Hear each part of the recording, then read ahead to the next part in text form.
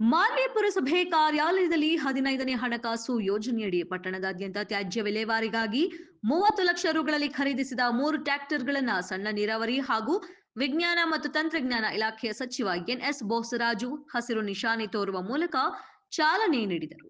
ನಂತರ ಮಾತನಾಡಿದ ಸಚಿವರು, ಮಾನ್ವಿ ಪಟ್ಟಣದ ಸಂಪೂರ್ಣ ಸ್ವಚ್ಛತೆಗಾಗಿ ಪುರಸಭೆಯೊಂದಿಗೆ ಸಾರ್ವಜನಿಕರು ಕೈಜೋಡಿಸಬೇಕು.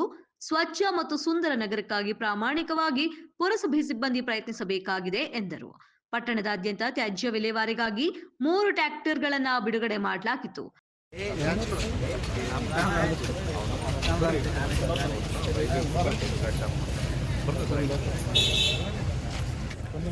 ನೀವು ಏರಿಸ್ಬೋದಲ್ಲ ಮಾಡಿ ಅಲ್ಲೆಲ್ಲ ಕೊಡ್ತು ಅಂತ ಹೇಳಿದ್ರಲ್ಲ, ಪೈಪ್ಲೈನ್ ಕನೆಕ್ಟ್ ಮಾಡ್ತಾ ಇದ್ದೀವಿ.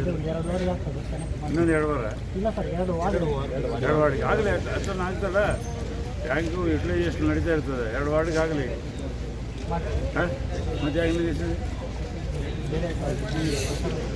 ಮಾಡಪ್ಪ, ಕುಡಿ ನೀರು ಮಾಡಿ ಬೇರೆ ಕೆಲಸ ವೋಲ್ಟೇಜ್ ಸ್ವಲ್ಪ ಪ್ರಾಬ್ಲಮ್ ಆಗುತ್ತೆ. ವೋಲ್ಟೇಜ್ ಕೇಳಿದ್ದು ಪ್ರಾಬ್ಲಮ್ ಕಡಿಮೆ ಆಗ್ತದೆ. ಖಾತ್ರಿ ಏನು ಮಾಡಬೇಕು? ವೋಲ್ಟೇಜ್ ಸ್ವಲ್ಪ ಕರೆಕ್ಟ್ ಮೇಂಟೈನ್ ಮಾಡ್ಬಿಡ್ತಾರೆ. ಕಡಿಮೆ ಆಗ್ತದೆ ಮತ್ತು ಜಾಸ್ತಿ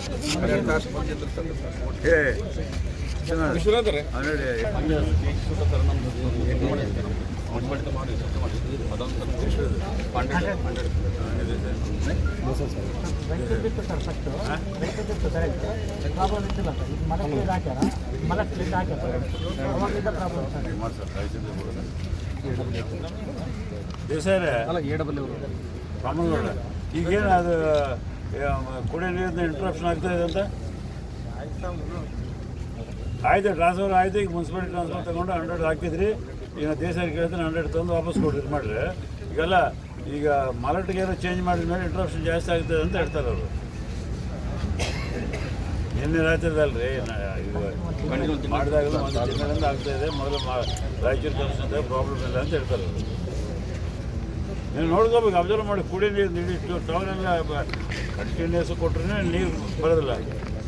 ದೇಸಾರಿಗೆ ಮಾತಾಡಿದ್ರೆ ದೇಸಾರೆ ಈಗ ಮಾನ್ವಿ ಮುನ್ಸಿಪಾಲ್ಟಿದು ಡ್ರಿಂಕಿಂಗ್ ವಾಟ್ರದ್ದು 100 KV ಇದೊಂದು ಟ್ರಾನ್ಸ್ಫಾರ್ಮರ್ ಸುಟ್ಟೋಗಿರುತ್ತೆ. ಅದು ತಗೊಂಡೋಗಿ ಬೇರೆ ಯಾವ್ದು ತಂದು ಟೆಂಪ್ರರಿ ನಡೆಸ್ತಾ ಇದ್ದಾರೆ. ನೀವು ಇಮಿಡಿಯೇಟ್ಲಿ ಕೊಡಬೇಕದ.